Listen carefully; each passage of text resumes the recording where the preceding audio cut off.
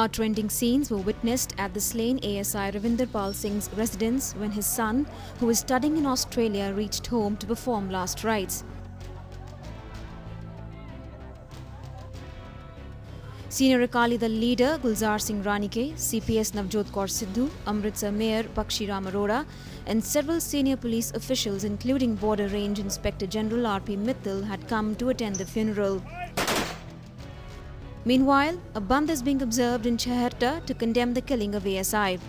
Yesterday, Deputy Chief Minister Sukhbir Singh Badal had ordered that the daughter of ASI Ravinder Pal Singh be immediately enlisted as sub-inspector in Punjab Police as a special case. The formalities to appoint the 23-year-old girl as SI will be completed soon. Ravinder Pal Singh was shot dead on Wednesday after he had asked some youth, including an SAD activist who used to allegedly tease his daughter, to stop harassing her. बादल साहब की सरकार के करिंदे, इनकी party के वो elements जो अपने आप को कानून से ऊपर समझते हैं, उनका इतना दुस्साहस कि आज एक खुद पुलिस ऑफिसर को सरे बाजार दिन दहाड़े गोली मारकर जब हत्या करते हैं, तो इस बात के लिए खुद सरकार जिम्मेदार है। और मैं समझता हूं कि इस बात की नैतिक रिस्पॉन्सिबिलिटी लेते हुए बादल साहब इसके ऊपर ना सिर्फ गलत कार्रवाई करने वाले के ऊपर सख्त से सख्त कार्रवाई होगी, परंतु उससे भी ज़्यादा जो जरूरी है कि पंजाब में जो माहौल जंगल राज का फैला हुआ है, उसको ख़त्म करने के लिए हर संभव प्रयास करेंगे। और मैं उन कारिंदों की बात नहीं करूंगा जिनकी शय पे ये लोग काम कर रहे हैं। खुद बादल साहब की सरकार इस बात के लिए जिम्मेदार है और इस बात का जवाब इनसे विधानसभा में मांगा जाएगा और हम पंजाब की सड़कों के ऊपर उतरकर कांग्रेस पार्टी इस बात के लिए सरकार को जवाबदेह बनाएगी। आज ASI रविंदर पाल सिंह की फैमिली के साथ है, उनकी बीवी, उनकी बेटी के साथ है। एक बहुत बड़ा दुखांत अमृतसर में हुआ है, जिसमें आप देखिए किस किस्म के हालात होंगे कि एक सर्विंग ASI जो है, असिस्टेंट सब इंस्पेक्टर पुलिस है, उसकी बेटी को लगातार कई दिनों से कुछ बदमाश अमृतसर के छेड़खानी करते थे और उनको काफ़ी हद से परेशान कर रहे थे। नौजवान बच्ची ने अपने पिता को इतला दी और पिता ने जब आकर उनको कन्फ्रंट किया, उन बदमाशों ने मौके पर रिवॉल्वर निकाला और गोलियां मारकर पहले बाप को, जो सर्विंग असिस्टेंट सब इंस्पेक्टर है, और उनकी बेटी, दोनों को इंजर्ड कर दिया। और फिर ये कहा कि मैं अभी 5 मिनट में आता हूं, अभी जाना ना कहीं। 5 मिनट दूर उनका घर था और ये जो मिस्टर राणा है, रमनदीप सिंह या जो भी उनका नाम है, ये अकाली दल जो प्रेजेंट जिनकी सरकार है, उनका जो अर्बन का जनरल सेक्रेटरी था, घर गया, अपनी राइफल उठाई और आकर फिर शरेआम दिन दिहाड़े इसका कत्ल कर दिया। बहुत बड़ा अपराध किया है। आप देख सकते हो कि एक साधारण व्यक्ति जो है पंजाब में, उसकी कितनी जिंदगी सुरक्षित होगी जहां दिन दिहाड़े पुलिस वाले का कत्ल, और वहां से पुलिस स्टेशन 10 मिनट के रास्ते पर है। और जो मैंने टेलीविजन के जरिए और टेलीफोन के जरिए लोगों से पूछा है, वहां कई लोगों ने टेलीफोन किया पुलिस स्टेशन पर कि आपके एक ASI को, असिस्टेंट सब इंस्पेक्टर को गोली मार दी है लोगों ने, आप जल्दी में पहुंचिए। और पुलिस वहां 45 मिनट बाद आती है। 45 मिनट बाद पुलिस अपने आदमी को बचाने के लिए आती है। किसी और आदमी की क्या सुरक्षा हम कर पाए? अगर इन चीज़ों को पूरी तरह संभालने की कोशिश नहीं की तो लोग सड़कों पर आ जाएंगे, क्योंकि इस घिनौनी हरकत के बाद जैसे लग रहा है कि पुलिस क्या करने वाली है, वो कुछ इंडिकेशंस आ रही हैं। अगर पुलिस ने इसमें डील दिखाई तो पंजाब की जनता का विश्वास तो आगे टूटा हुआ है। देखिए, मैं तो ये कहूँगा, अभी वो पकड़ धकड़ कर रहे हैं, मैं तो कहूँगा कि उसको सख्त सज़ा मिलनी चाहिए और लोगों के सामने ये एक मैसेज जाना चाहिए कि भाई इससे गंदी बात और कोई नहीं हो सकती, ये पंजाब के अंदर नहीं होगी। अगर ऐसा नहीं होता तो मैं समझता हूँ कि बादल ने फ़ौरन रिज़ाइन कर देना चाहिए। पहली बात तो जो इंसिडेंट हुआ है, इसने हमारे इल्ज़ामों के ऊपर पक्की मोहर लगा दी है।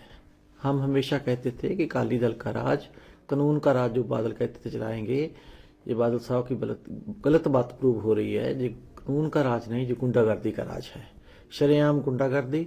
और जो हम कह रहे थे कि आज पुलिस को थानेदार जहाँ और अफसर नहीं चला रहे, आज जथेदार चला रहे हैं। इस इंसिडेंट ने प्रूव कर दिया कि एक खुद कानून के रखवाले जिसके ऊपर तवक्को की जा सकती है कि ऐसी कोई लुटें जो मारे हों, कुछ हों, गुंडागर्दी हो, तो हमारी प्रोटेक्शन के लिए जो प्रोटेक्शन पर्सन के ऊपर भी ऐसी इंसिडेंट्स किए जाएं, उसके परिवार के बेटी के साथ ऐसे इंसिडेंट हो जाएं, तो इससे दो बातें ज़ाहिर होती हैं। एक तो पूरी तरह डिमोरलाइजेशन, लॉ एंड ऑर्डर की सिचुएशन, डर भय का जो एटमॉस्फेयर बनता जा रहा है। नंबर 2, जो पुलिस फोर्सेस हैं इनमें भी पूरी तरह से डिमोरलाइजेशन होगी और रंजिश होगी और अनप्रोटेक्टेड वो अपने आप को प्रूव ज़ाहिर करेंगे। सो इससे आज ही नहीं, पहले जलंधर में हुआ था ऐसा इंसिडेंट, और हुआ था हर रोज कोई ना कोई इंसिडेंट इस सरकार के होते हुए ऐसी मिसालें कायम कर रहे हैं कि कोई सरकार है ही नहीं। इसलिए हम हमेशा कहते हैं कि इस प्लेटफार्म के ऊपर भी सरकार फेल हो चुकी है, इसलिए सरकार को रहने का और अपने आप को जो कहने का कि हम बहुत अच्छी सरकार हैं कोई हक नहीं। While the whole city and state are in a state of shock, the politicians and police department are drumming their own tune. हर 15 मिनटों में देश के किसी कोने में किसी औरत के साथ छेड़छाड़ हो रही है। हर आधे घंटे बाद कोई औरत उस अगवा हो रही है। हर 40 मिनट में बलात्कार हो रहा है। हर 70-80 मिनटों में एक डाउरी डेथ हो रही है। तो आज जो हमारे देश के हालात औरतों के प्रति है, और जो मैं आज अपने नेशनल कैपिटल की भी बात करूं, दिल्ली की बात करूं, तो हालात ऐसे हैं कि कोई औरत रात को या क्या दिन को भी अपने आप को सुरक्षित नहीं महसूस करती। सो ये सारे देश में औरतों की तरफ उनके ख्याल रखने के लिए, उनके सिक्योरिटी के लिए, उनकी सेफ्टी के लिए ध्यान देने की जरूरत है। जो पंजाब में हुआ वो बहुत ही बुरा हुआ, इसका जितना खंडन किया जाए कम है। ये लड़के को 24 घंटे के अंदर उसे अरेस्ट किया गया है, उसके अकम्प्लिस को भी अरेस्ट किया गया है, उनके वेपन्स भी पकड़ लिए गए हैं, गाड़ी भी पकड़ ली गई है, और जो लीगल कार्रवाई 302 का पर्चा, जो भी पर्चे, पूरे पर्चे दर्ज किए गए, पूरी लीगल एक्शन भी ली जाएगी। इंसान ने कहाँ पे वोट डाली है ये तो ये नहीं तय करता ना कि उसकी मानसिक हालत क्या है और उसकी सोच क्या है। वो कांग्रेस से भी हो सकता है, उसका अकम्प्लिस क्या है, वो खुद क्या, अब ये तो कांग्रेस पार्टी बोलेगी कि कौन से किधर वोट डाली किधर नहीं डाली। लेकिन हमारे लिए ये चीजें जरूरी नहीं है। इनके लिए हो सकता है कि 84 के दंगों में जो कांग्रेस के लीडर हैं, तो उनको आज तक प्रोटेक्ट किया जा रहा है, प्रमोट किया जा रहा है, क्योंकि वो कांग्रेस के लीडर हैं और वोट डालते हैं। लेकिन अकाली दल में सिर्फ आदमी का गुनाह देखा जाता है। ਉਹਨੂੰ ਇਮੀਡੀਏਟਲੀ ਪਾਰਟੀ ਚੋਂ ਐਕਸਪੈਲ ਕਰ ਦਿੱਤਾ ਗਿਆ। ਬਾਕੀ ਇਹੋ ਜਿਹੇ ਕ੍ਰਿਮੀਨਲਸ ਜਿਹੜੇ ਨੇ ਉਹ ਸ਼੍ਰੋਮਣੀ ਅਕਾਲੀ ਦਲ ਦੇ ਵਿੱਚ ਉਹਨਾਂ ਲਈ ਕਿਤੇ ਵੀ ਥਾਂ ਨਹੀਂ ਹੈ, ਔਰ ਅਸੀਂ ਐਡਮਿਨਿਸਟ੍ਰੇਸ਼ਨ ਦਾ ਪੂਰੀ ਤਰ੍ਹਾਂ ਸਾਥ ਦੇ ਰਹੇ ਹਾਂ। ਇਹ ਪਤਾ ਲੱਗਾ ਹੈ ਕਿ ਉਹ ਪਕੜਿਆ ਔਰ ਉਸ 'ਤੇ ਸਖਤ ਤੋਂ ਸਖਤ ਕਾਰਵਾਈ ਜੋ ਵੀ ਕਾਨੂੰਨੀ ਬਣਦੀ ਹੈ ਉਹ ਚਾਹੀਦੀ ਹੈ। ਸਾਨੂੰ ਪੀੜਤ ਪਰਿਵਾਰ ਦੇ ਨਾਲ ਹਮਦਰਦੀ ਹੈ, ਅਸੀਂ ਉਹਨਾਂ ਦੇ ਨਾਲ ਖੜੇ ਹਾਂ। So this is a very unfortunate incident. We condemn this incident. Police is there to see everything, and the strictest possible action as per the law that will be taken. It's a sordid chain of events. What really happened? Let's just have a look at that.